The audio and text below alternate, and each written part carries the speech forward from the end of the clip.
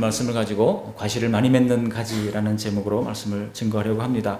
올해는 유난히 봄철에 추웠죠. 냉해를 입은 이제 매실이며 또 뭐 이런 많은 작물들이 열매를 맺지 못했습니다.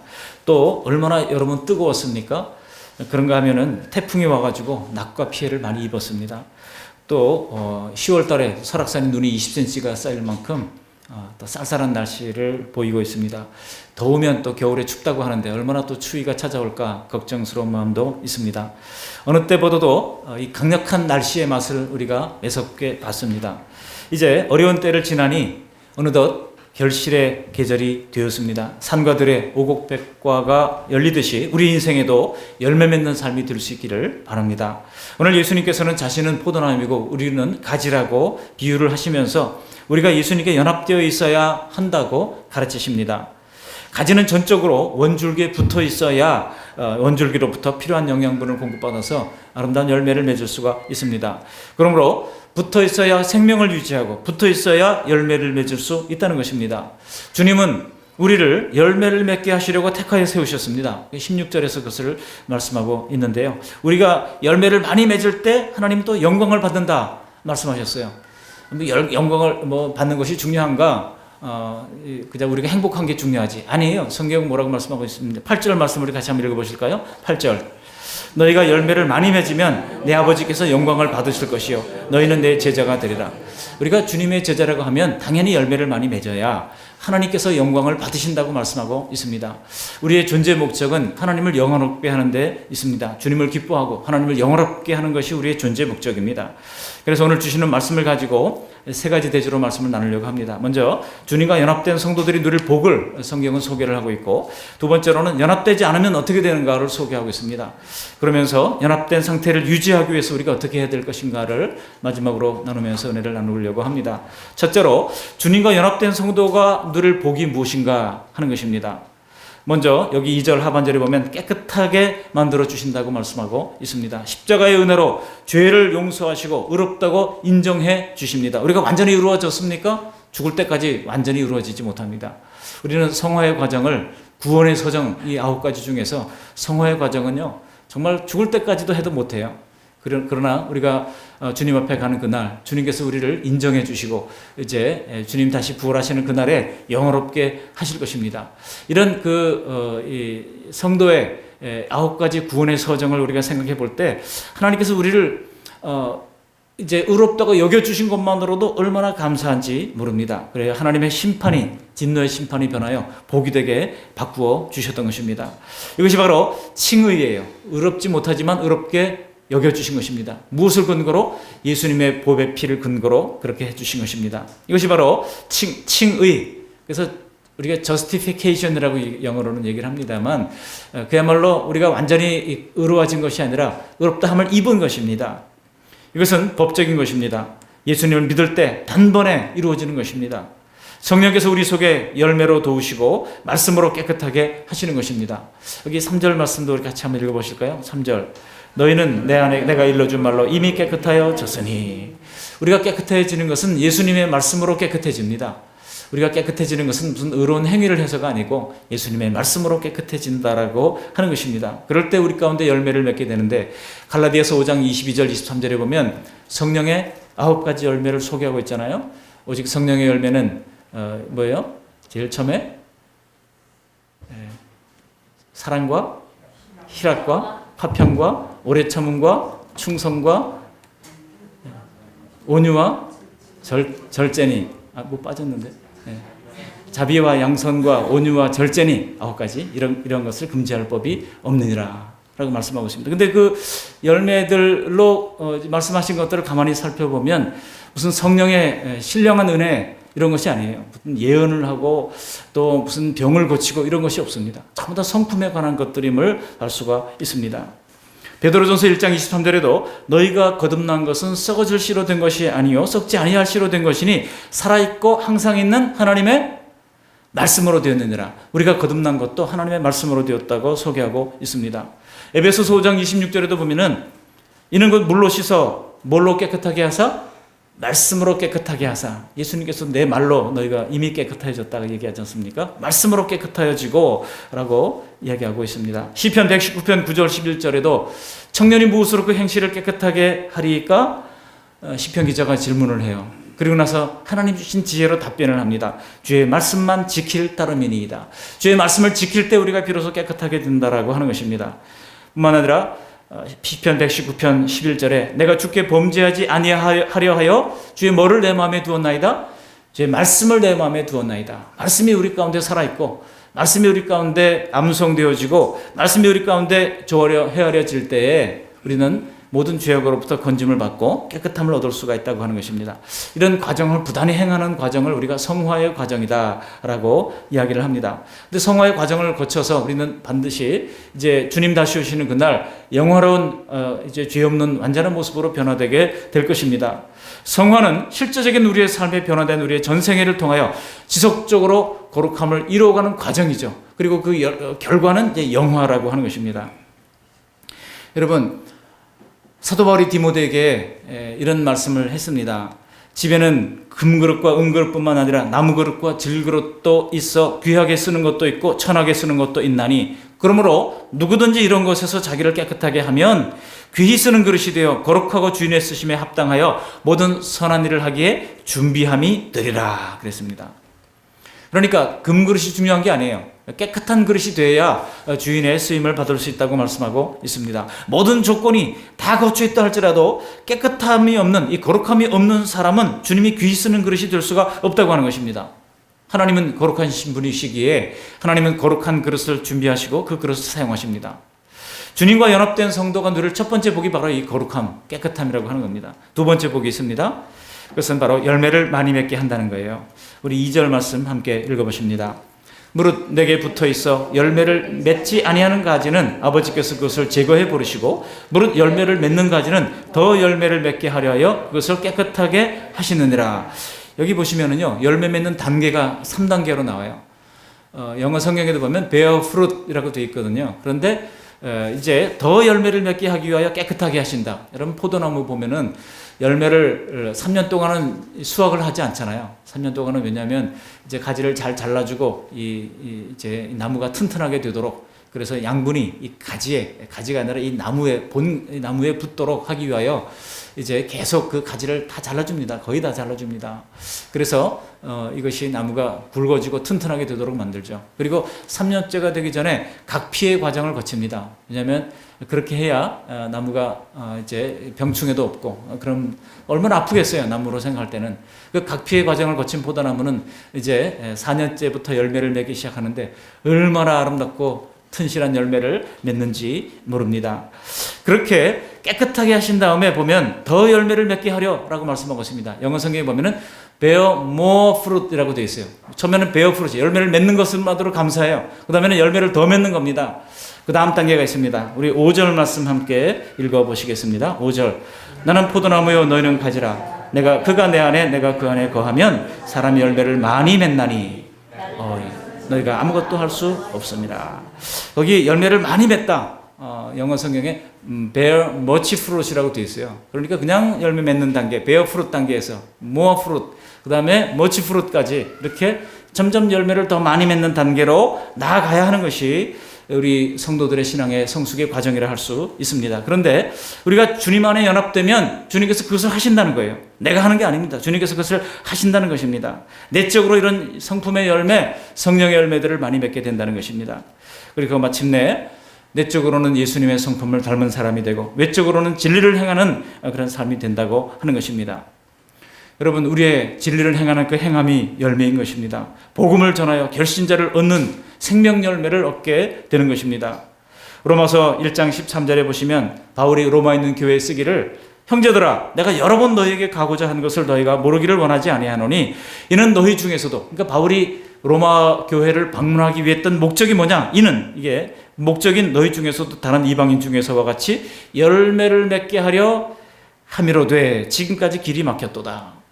그들에게 열매를 맺게 하기 위하여, 단순히 예수 믿는 것에서 그치지 않고 주일날 오전 예배만 잠깐 참석하고 일주일 동안 깜깜한 그런 신자가 아니라 우리의 삶 가운데 열매가 맺히는 그런 삶이 되기 위하여 내가 가르칠 것이 많은 거예요. 그래가지고 바울은 이제 순회 선교사로서 안디옥 교회에서 파송을 받고 이제 소아시아와 유럽에까지로 복음을 증거하는 이런 사명을 감당했던 것입니다. 가는 것보다 많은 열매가 맺혔어요. 근데 로마 교회도 가고 싶었어요. 당시에 최대 도시였던 세계 오늘날 미국의 뉴욕과 같은 도시라고 할 수 있습니다. 그 도시 로마에 가서 이 복음을 선포하고 그들에게 열매를 맺게 하기 위하여 그들에게 가려고 애를 썼습니다. 길이 열리지 않는 겁니다. 하나님의 방법은 뭐예요? 하나님의 방법은 죄수의 몸으로 가게 하는 겁니다. 죄수의 몸으로 가게. 우리가 웬 이런 반전인가 생각할 수 있지만은요. 여러분 거기에 하나님의 놀라운 섭리가 있는 것입니다. 그가 유대인들이 그를 죽이려고 자객들을 두고 있는 그런 가운데 혼자서 여행을 떠난다면 어떤 위험을 당할지 알 수 없습니다. 그러나 그가 죄수의 몸으로 호송되어 갈 때 거기 군인들이 같이 이제 호송병으로 따라가고 보호자가 따라가는 거예요. 그러니까 그리고 또 심판을 받으면서 재판을 받으면서 당시에 로마의 유력한 사람들을 다 만나게 됩니다. 여러분 로마서 16장에 보면 그가 문안하는 여러 사람들 이름이 쭉 나오는데요. 그 가운데 당시에 로마의 유력한 사람들의 가정 또 아내들 이런 사람들이 나오는 것을 볼 수가 있습니다. 그들과 재판을 하면서 그 사람들은 봤을 거예요. 사도 바울의 그 이제 견고한 믿음 그리고 그 하나님의 말씀에 대한 열정 이런 것들을 봤을 것입니다. 그리고 예수님이 어떤 분이신가를 들었을 것입니다. 그러면서 다음 주에 드릴 말씀이 일부 예배 때 드릴 말씀입니다만 여러분 2부 예배 때는 제가 저쪽 가서 말씀드리기 때문에 여러분들은 유튜브로 보시기를 바랍니다. 벨릭스의 이 수성한 거래가 있잖아요. 벨릭스 앞에서 그가 얘기하잖아요. 근데 벨릭스가 돈을 받기 원해가지고 자꾸 부릅니다. 부르지만은 결단을 하지 못해요. 좀 더 있다 내가 하겠다, 좀 더 있다 하겠다 하면서 여러분 계속해서 이 시대의 특징이 무엇입니까? 예배합시다, 신앙생활합시다 하면 잠깐 미루는 겁니다. 여러분 그 끝은요 불신앙과 나락으로 떨어질 수밖에 없는 것입니다. 이렇게 열매를 많이 맺는 것 이것을 연합된 자에게 주시는 하나님의 복이라고 주님께서 약속하고 있는 거예요. 골로새서 1장 6절에도 이 복음이 이미 너에게 이르매 너희가 듣고 참으로 하나님의 은혜를 깨달은 날부터 너희 중에서와 같이 또한 온 천하에서도 열매를 맺어 자라는도다. 골로새 교회를 칭찬하고 있어요. 너희가 열매를 맺어 자라는도다. 여러분 골로새 교회는 바울이 사실 목회를 했던 것도 아닙니다. 골로새라고 하는 지역에 바울은 가보지도 않았어요. 단지 데살로니가 지역에서 2주 동안 말씀을 증거할 때 그때 골로새에 있는 사람들이 와서 말씀을 들었을 뿐입니다. 그들이 고향으로 돌아가서 그곳에서 교회를 세웠습니다. 이 소식을 들으니 바울이 얼마나 뛸 듯이 기뻤겠습니까? 또 데살로니가 교회도 아주 든든한 교회였잖아요. 2번밖에 말씀을 못 전했습니다. 그리고 쫓겨나갔어요. 쫓겨나가서 이제 이 괴악한 사람들이 그를 계속 쫓아와서 괴롭게 하니까 복음을 증거할 수가 없었습니다. 그렇지만 그 지역에 교회가 생겨나고 아름답게 성장하고 있다는 소식을 들었을 때 여러분 바울이 가장 감사하게 투자 대비 요즘 가성비 얘기하는데요. 가성비가 가장 좋은 교회가 데살로니가 교회고 골로새 교회라고 할 수 있어요. 어떻게 그런 곳에 그렇게 교회가 생겨났는가? 바울이 생각해도 이건 하나님의 놀라운 은혜요 섭리였다고 하는 것입니다. 이렇게 열매를 맺어 자라는 것 이것은 당연한 것이고 우리 주님께서도 기대하는 것이고 또 사도들이 기대하는 것입니다. 여러분 잠언서 11장 30절에 의인의 열매는 생명나무라 지혜로운 자는 사람을 얻느니라 그랬어요. 의인의 열매는 뭐라고요? 생명나무라. 이거는 뭡니까? 전도의 열매를 의미하고 있는 것입니다. 주님은 열매 맺는 자를 도와서 더 많은 열매를 맺게 하십니다. 전도의 열매를 풍성히 맺어서 우리의 빈자리가 가득 채워지고 하나님께 영광을 돌릴 수 있는 우리 모두가 될 수 있기를 바랍니다. 세 번째로 주님께 연합된 성도가 누릴 복이 있습니다. 그것은 기도의 응답을 주신다고 하는 거예요. 우리 7절 말씀을 함께 읽어보십니다. 7절 너희가 내 안에 거하고 내 말이 너희 안에 거하면 무엇이든지 원하는 대로 구하라 그리하면 이루리라. 할렐루야. 이 말씀을 볼 때 얼마나 우리에게 은혜가 되는지 모릅니다. 원하는 대로 구하라 그리하면 이루리라 그랬어요. 근데 여러분 이 말을 오해하시면 안 됩니다. 원하는 대로 구하라 그랬다고 하나님 복권을 한 장 샀는데 이번에 좀 당첨시켜 주시면 안 될까요? 그 기도가 하나님의 뜻에 합당한 것입니까? 하나님의 뜻에 합당할 때 하나님께서 허락해 주십니다. 그렇지 않으면 그냥 확률의 논리에 따라서 되는 것이고 여러분 주 안에 거하면서 주님의 말씀을 마음에 가지고 있는 성도라면 우리가 구하는 것이 잘못 구할 우리의 탐욕을 위해서 구하지는 않을 것이 분명하기에 원하는 대로 구하라 그러면 이루리라고 말씀하고 있는 것입니다. 결코 탐욕을 위해서 구하라는 것이 아닙니다. 탐심은 우상숭배라 그랬잖아요. 우리가 주님의 뜻을 구할 때, 주님의 뜻에 합당한 삶을 구할 때 주님께서 응답을 주신다고 약속하고 있는 것입니다. 네 번째로 우리가 주님과 연합한 성도가 될 때 누릴 수 있는 복은 예수님의 제자가 된다는 거예요. 우리 8절 말씀 함께 읽어보십니다. 너희가 열매를 많이 맺으면 내 아버지께서 영광을 받을 것이요 너희는 내 제자가 되리라. 여러분, 예수님의 제자 되는 가장 간단한 방법, 열매를 많이 맺기 위해서 애를 쓰는 거예요. 특별히 생명나무 열매, 우리가 전도해서 교회 불리고 뭐 교회 키우고 그거는 둘째 문제입니다. 영혼에 대한 관심, 그 영혼을 우리가 긍휼히 여기고 그 영혼이 예수 믿고 구원받도록 하는 그 관심을 가지고 있으면 하나님께서 나머지는 저절로 해결해 주시는 거예요. 거기에 초점을 맞추지 마시고 한 영혼에 대한 관심, 그 영혼을 사랑하는 마음, 그것을 품을 때 주님께서 나머지는 알아서, 그래서 먼저 그의 나라와 그의 의를 구하라. 그리하면 이 모든 것을 너희에게 더하시리라 그랬어요. 우리가 순서를 바르게 합시다. 이 모든 것을 위해서 구하기보다 무엇을 먹을까, 무엇을 입을까. 그것은 하나님도 아신다 그랬어요. 들의 까마귀, 들의 백합화와 공중의 새를 보라고 주님 말씀하셨잖아요. 그런 것 구하기 이전에 하나님의 뜻을 먼저 구하는 우리 모두가 되어서 예수님의 제자로까지 성장하는 우리 모두가 될 수 있기를 바랍니다.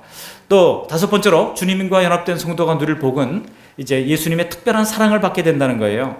우리 10절 말씀 함께 읽어보시겠습니다. 내가 아버지의 계명을 지켜 그의 사랑 안에 거하는 것 같이 너희도 내 계명을 지키면 내 사랑 안에 거하리라. 이 말씀은 나중에 14장 앞에 14장 21절에도 23절에도 동일하게 말씀한 바가 있습니다.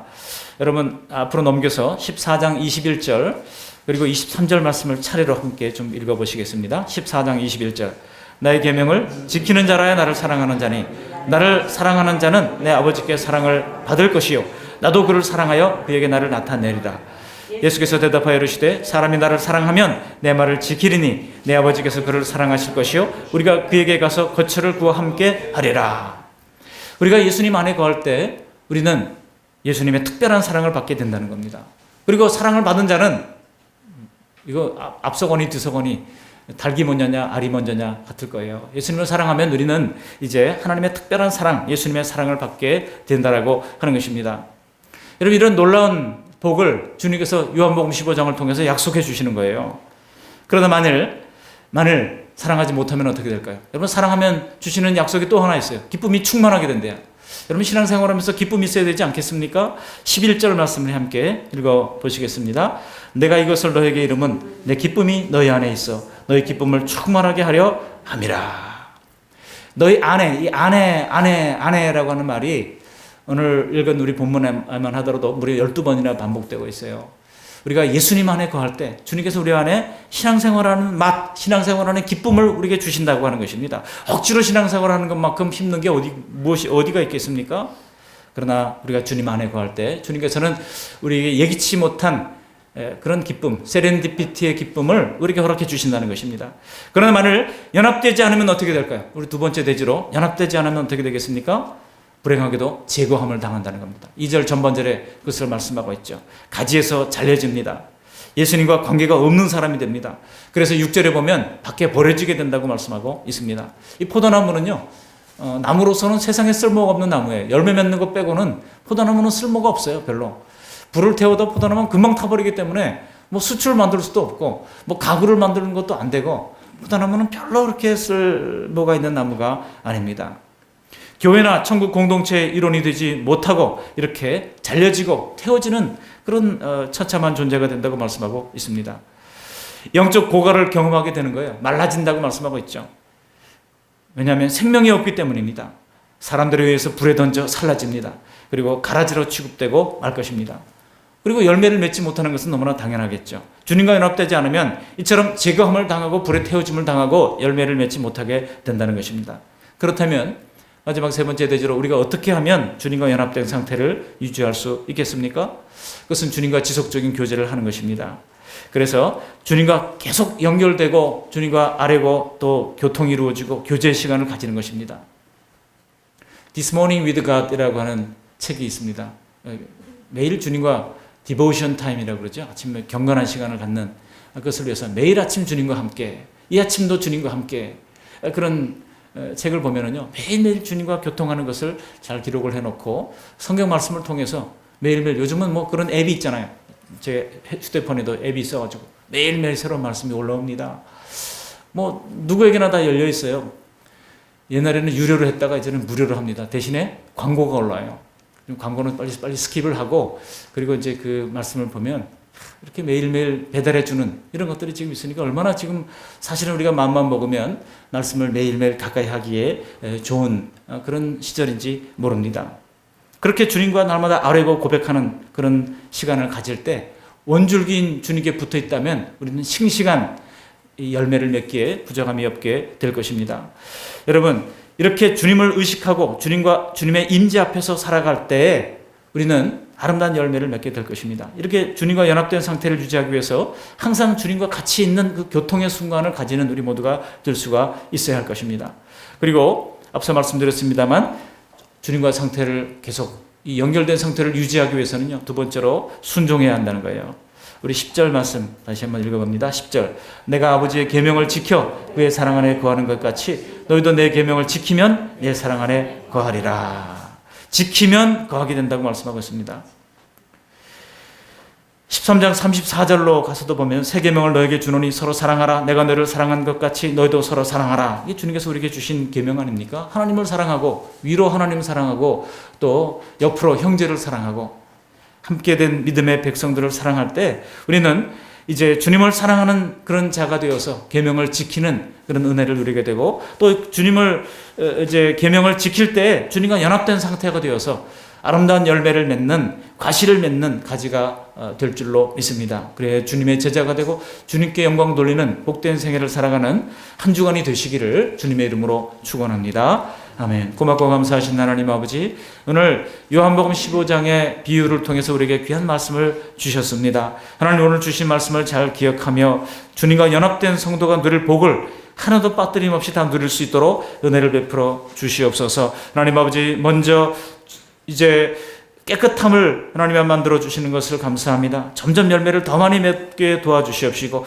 주님의 제자가 되게 하시고 기도응답을 받게 하시고 주님의 특별한 사랑을 받을 뿐만 아니라 신앙생활하는 것 자체가 기쁨이 되고 감격이 되고 감사가 되도록 은혜를 더하여 주시옵시고, 하나님 아버지, 열매를 맺지 않음으로, 주님과 연합되지 않음으로 말미암아 제거함을 당하고 불태워짐을 당하고 과실을 맺지 못하는 자가 되지 아니하도록 하나님 은혜를 베풀어 주옵소서. 특별히 전도의 열매, 생명나무 열매를 맺을 수 있도록 하나님 은혜를 더하여 주시옵소서. 하나님, 주님과 연합된 상태를 계속 유지하기를 원합니다. 지속적으로 주님과 깊이 교제할 수 있도록 도와주시고, 또 하나님 말씀의 계명을 순종하며 지킬 수 있도록 하나님 은혜를 내리고 주시어서 악한 이 세상 속에서도 악한 이단의 세력에 굴복하지 아니하고 하나님 아버지 분별하게 하시고 바르게 하나님의 말씀대로 살아갈 수 있는 용기 있는 주님의 백성들 다 될 수 있도록 은총 내리워 주시옵소서. 예수님 거룩하신 이름으로 감사하며 기도합니다. 아멘.